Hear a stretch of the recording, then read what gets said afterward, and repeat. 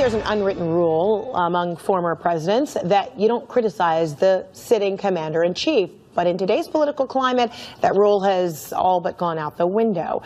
Former U.S. presidents have criticized Trump's policies or leadership style at one point or another.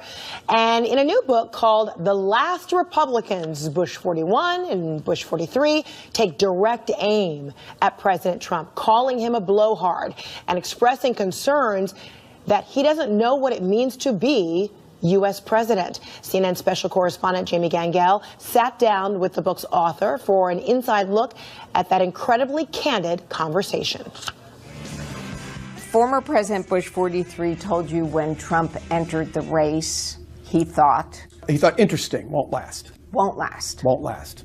But when Trump started to rise, I think he became concerned because he saw this populism of Donald Trump getting in the way of America's position in the world. He gave you rare insight, though, into his criticism of Donald Trump. What did he tell you? One of the things he said was that one of the hallmarks of great leadership is humility. So when Donald Trump said, "I am my own advisor," Bush thought, and this is a quote, "Wow, this guy doesn't know what it means to be president." What was his tone when he talked to you about Trump? I think it was restrained. The Bushes are very restrained. And I also think that they realize they have a role to play as former presidents. And they have to be restrained. They have to be dignified. He weighed his words. I think he did, yes. President Bush 41 was a bit blunter. He said that he thought Donald Trump had, quote, a certain ego, and then he told you point blank, he's a blowhard. Oh. He's a blowhard. And I don't like him, plain and simple. And I'm not excited about him being a leader, was his quote. And if you look at the Bush family, it makes perfect sense. Donald Trump is everything that the Bush family is not. George Bush grew up thinking about the greater good. Donald Trump, I think, is manifestly narcissistic. It's part of his brand.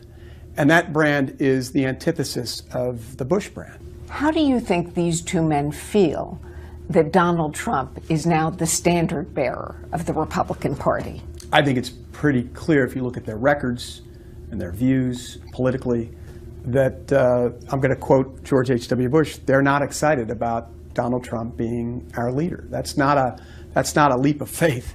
That's pretty clear. And I think the most clear demonstration we get of that recently is Charlottesville. The Bushes came out with a joint tweet, which they had never done in the past, condemning bigotry and anti-Semitism and all the things that were on display in Charlottesville among the white supremacists.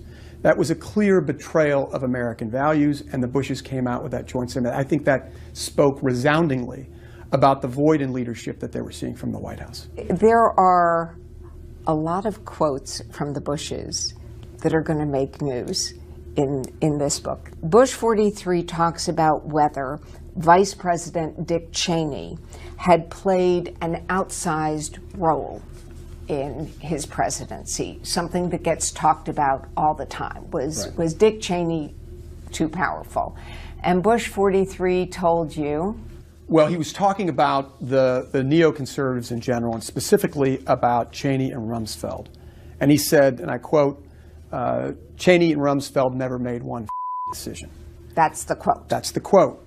I understand his frustration, because at the time there was the perception that Dick Cheney was the acting president. But in fact, George W. Bush had a lifetime of making bold decisions. He has this preternatural confidence in himself as a leader. And if you talk to those around him, they have confidence in his leadership. And so this notion that Cheney was making the decisions is ludicrous. When you started to write this book, let me guess, the title was not The Last Republicans. When I set out to write this in 2013, it was a very different time. But The Last Republicans became the right title during what has become the Trump era. Because? Well, George W. Bush himself said in 2016, privately, and to me, I fear that I'll be the last Republican president. He confirmed that to you. He confirmed that to me. And it wasn't just about Hillary Clinton becoming president, it was because Donald Trump represented everything that the Bushes abhorred. All right, Jamie Gangel joining us right now. Good to see you, Jamie. So, hey, Fred. you know, the Bushes offering very candid thoughts here on Trump, but these are thoughts from them during the campaign, right? But in recent weeks, we did hear candid thoughts from Bush 43. So how have their thoughts, you know, evolved about candidate versus President Trump, you think? Right. So, first of all, for context, the interviews for this book were done during the campaign, but they are standing by them. No one is saying that they changed their mind. In some ways, this is a surprise because they've been very careful about going on the record. On the other hand, let's remember, neither of these men voted for Donald Trump. President Bush 41 voted for Hillary Clinton.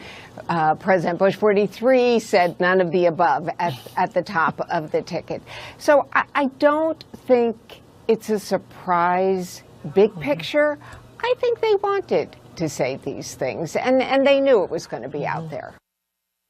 All right, Jamie Gangel, thank you. So the White House is now responding, saying, quote, if one presidential candidate can disassemble a political party, it speaks volumes about how strong a legacy its past two presidents really had.